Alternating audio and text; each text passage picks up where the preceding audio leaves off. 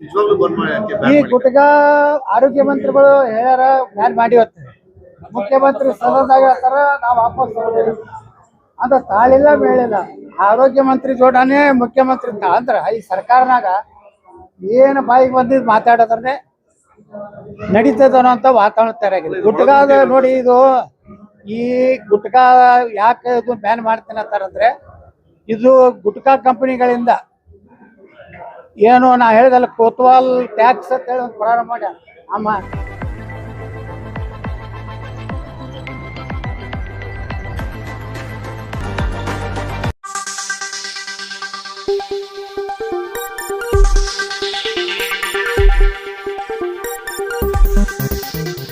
Yes news में आप सभी दर्शकों का स्वागत है। मैं आपके साथ इलियास बड़ेघर।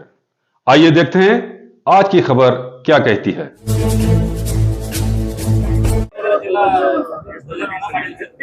ನೋಡಿ, ಜಮೀರ್ ಅಹಮದ್ ಖಾನ್ ಉದ್ದೇಶಪೂರ್ವಕವಾಗಿ ವಂದೇ ಮಾತರಂ ಗೀತೆಯನ್ನು ಹಾಡಬೇಕಾಗ್ತದೆ, ವಂದೇ ಮಾತರಂಗೆ ಅಪಮಾನ ಮಾಡಲಿಕ್ಕೆ. ಮತ್ತು ಈ ದೇಶದ ಪ್ರತಿಯೊಬ್ಬ ನಾಗರಿಕ ನಮ್ಮ ಭಾರತದ ಸ್ವಾತಂತ್ರ್ಯದ ಸಂದರ್ಭದಲ್ಲಿ ಅವನು ಗೌರವ ಸೂಚಿಸುವುದಂಥ ಸಾಮಾನ್ಯ ನಾಗರಿಕಂದು ಕರ್ತವ್ಯ. ಒಬ್ಬ ಕರ್ನಾಟಕ ವಿಧಾನಸಭೆಯ ಶಾಸಕನಾಗಿ, ಸಚಿವನಾಗಿ, ಭಾರತದ ಸಂವಿಧಾನದ ಅಡಿಯಲ್ಲಿ ಕೆಲಸ ಮಾಡುವಂಥ ಒಬ್ಬ ಸಚಿವ ಇವತ್ತು ತಕ್ಷಣ ನಾನು ಧ್ವಜಾರೋಹಣ ಮಾಡುವುದಿಲ್ಲ, ನಾನು ವಂದೇ ಮಾತರಂ ಹಾಡುವುದಿಲ್ಲ ಅನ್ನೋಂಥ ಉದ್ದೇಶದಿಂದ ಒಬ್ಬ ಮತಾಂಧ ವ್ಯಕ್ತಿ ಅನ್ನೋಂಥದ್ದು ಪ್ರೂವ್ ಆಗಿದೆ. ಅದಕ್ಕೆ ಡಿ ಕೆ ಶಿವಕುಮಾರ್ ಅವ್ರಿಗೆ ಏನಾದರೂ ಈ ದೇಶದ ಸಂವಿಧಾನ ಮತ್ತು ಈ ದೇಶದ ರಾಷ್ಟ್ರಧ್ವಜ, ರಾಷ್ಟ್ರಗೀತೆ ಬಗ್ಗೆ ಗೌರವ ಇದ್ದರೆ ತಕ್ಷಣ ಸಚಿವ ಸಂಪುಟದಿಂದ ವಜಾ ಮಾಡಬೇಕು. ಯಾಕಂದರೆ ಇದು ಕೆಟ್ಟ ಚಾಳಿ ಬೆಳೀತದೆ. ಯಾಕಂದರೆ ಅವರು ಲೋಕಸಭೆಯಲ್ಲಿ ಸಹ ಕೆಲವೊಂದು ಮಂದಿ ನಾವು ವಂದೇ ಮಾತರಂ ಹಾಡೋದಿಲ್ಲ ತಾರೆ. ಮತ್ತು ಯಾರು ವಂದೇ ಮಾತರಂ ಹಾಡೋದಿಲ್ಲ, ಯಾರು ರಾಷ್ಟ್ರಕ್ಕೆ ಧ್ವಜಕ್ಕೆ ಗೌರವ ಕೊಡೋದಿಲ್ಲ, ಅವ್ರನ್ನ ಅವರ ಶಾಸಕ ಸ್ಥಾನ, ಮಂತ್ರಿ ಸ್ಥಾನದಿಂದ ವಜಾ ಮಾಡಬೇಕು. ಸಂವಿಧಾನದಲ್ಲಿ ಒಂದು ಬದಲಾವಣೆ ತರಬೇಕು.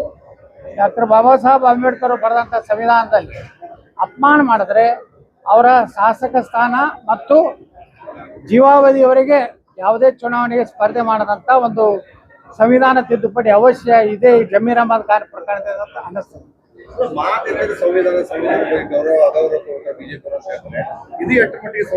ನೋಡಿ, ರಾಹುಲ್ ಗಾಂಧಿ ಮೊನ್ನೆ ಒಂದು ವಿಡಿಯೋ ನೋಡಿದೆ, ಕ್ಲಿಪ್.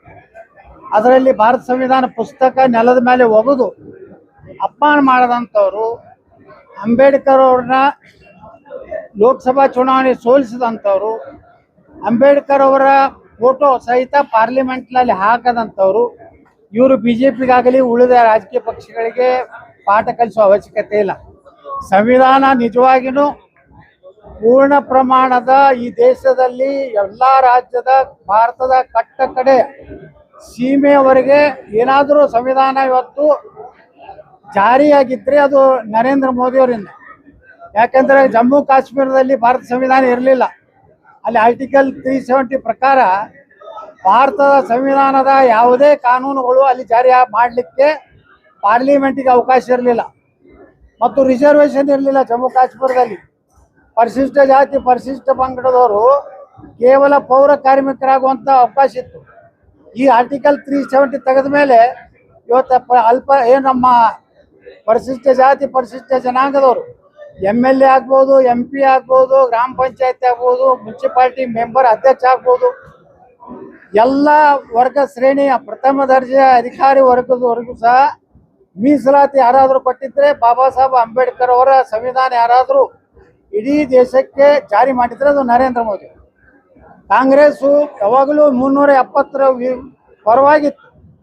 ಅದು ಎಂದೂ ಭಾರತ ಸಂವಿಧಾನವನ್ನು ಕಾಶ್ಮೀರದಲ್ಲಿ ನಡೀಲಿಕ್ಕೇ ಕೊಟ್ಟಿರಲಿಲ್ಲ. ಹಂಗಾದ್ರೆ ಯಾರು ಸಂವಿಧಾನ ವಿರೋಧಿ, ಯಾರು ಸಂವಿಧಾನ ಪರ ಅನ್ನೋಂಥದ್ದು ದೇಶದ ಜನರ ಮುಂದೆನೇ ಇದೆ.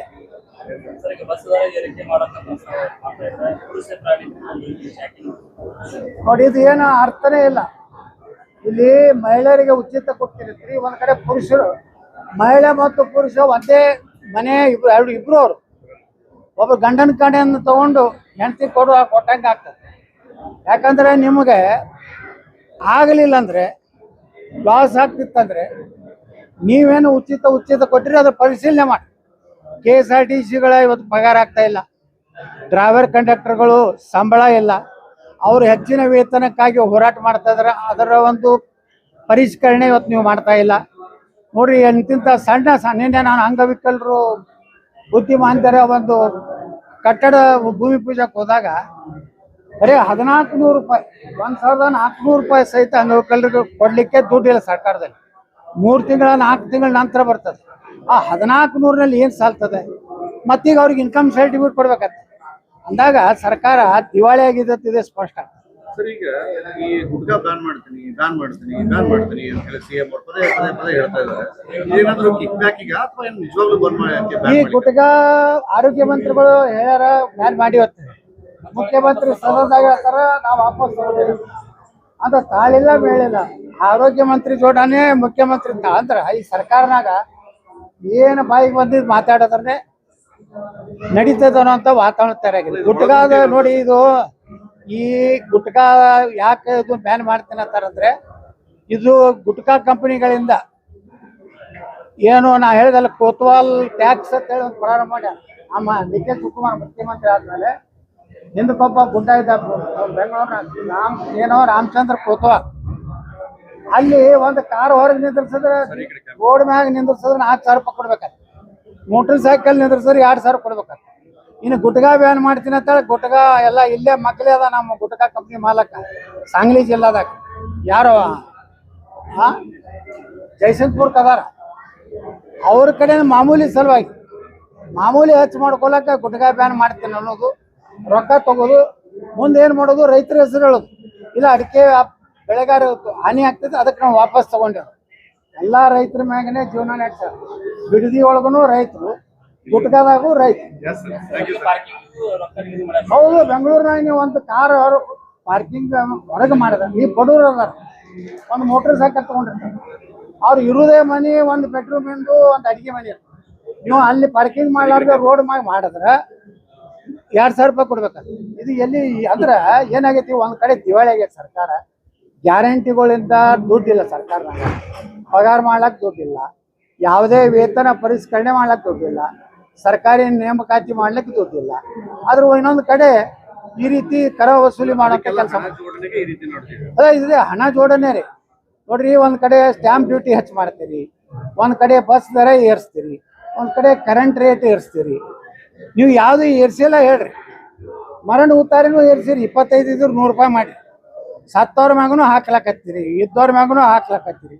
ನೀವಂತರೂ ಸಾವಿರಾರು ಕೋಟಿ ರೂಪಾಯಿ ಲೂಟಿ ಮಾಡ್ಲಾಕತ್ತೀರಿ. ಬಡವ್ರಿಗೆ ಹೇಳ್ತೀರಿ ನಾವು ಕಾಕನ ಮನೆಗೆ ಹೋಗ್ಲಾಕ್ ಫ್ರೀ, ಮಾಮನ ಮನೆಗೆ ಹೋಗ್ಲಾಕ್ ಫ್ರೀ, ಅಕ್ಕನ ಮನೆಗೆ ಹೋಗ್ಲಾಕ್ ಫ್ರೀ, ಬನಶಂಕರಿಗೆ ಹೋಗ್ಲಾಕ್ ಫ್ರೀ ಅಂತ ಇಲ್ಲಿ ಹೇಳ್ತೀರಿ. ಈ ಗಂಡದೇರು ಏನು ಮಾಡ್ಬೇಕು? ಅವ್ರು ಬನಶಂಕರಿಗೆ ಹೋದ್ರೆ ಇವ್ರೇನು ಮಾಡ್ಬೇಕು?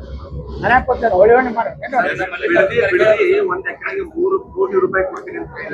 ಅಲ್ರಿ, 3 ಕೋಟಿ ಏನ್ ಆಗ್ತೈತು ಅಂತ ರೈತರಿಗೆ. ನೀವು ಅವ್ನ ರೈತನ ಜಮೀನು ಇರೋದು 10 ಗುಂಟೆ 20 ಗುಂಟೆ. ನಮ್ಮಂಗೆ ಉತ್ತರ ಕರ್ನಾಟಕದಾಗ 20 ಎಕರೆ 40 ಎಕರೆ ಇಲ್ಲ. ಅಲ್ಲಿ ಬಡವರು 10 ಗುಂಟೆಗೆ ಡಿವೈಡೆಡ್ ಬೈ 3 ಕೋಟಿ ಒಳಗೆ ಎಷ್ಟು ಬರ್ತದ? 40-30 ಲಕ್ಷ ಬರ್ತದ. ಅದ್ರ ಮ್ಯಾಗ ಅವ್ನ ಜೀವನ ಉದ್ದಾರ ಆಗ್ತದ. ಅದಕ್ಕೆ ಬಿಡದಿ ಬಿಟ್ಟು ಮಾಡ್ರಿ. ಚಿತ್ರದುರ್ಗ ಸಾಕಷ್ಟು ಜಮೀನು ಐತಿ, ಎಲ್ಲಿ ನೀರಾವರಿಗೆ ಯೋಗ್ಯ ಇಲ್ಲ, ಎಲ್ಲಿ ಬೆಳೆ ಬೆಳಿಲಿಕ್ಕೆ ಸಾಧ್ಯ ಇಲ್ಲ, ಎಲ್ಲೇ ರೈತರು ಸ್ವಾವಲಂಬಿಯಾಗಿ ಜೀವನ ಮಾಡ್ಲಿಕ್ಕೆ ಸಾಧ್ಯ ಇಲ್ಲ ಅಂತಲ್ಲಿ ನೀವು ಭೂ ಸ್ವಾಧೀನ ಮಾಡ್ರಿ, ಹೊಸ ನಗರ ನಿರ್माण ಮಾಡಿ. जैसा कि आप सब जानते हैं कि आप सभी का प्यार हमारे साथ कायम है। इसी तरह से हमारे इस चैनल को प्यार करते रहिए और हमारी सारी खबरों को लाइक, शेयर और सब्सक्राइब करना ना भूलिए।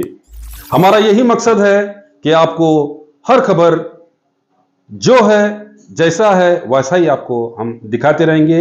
ना किसी का पक्ष लेंगे, ना किसी के विरोध में जाएंगे। हमारे कदम सच के साथ।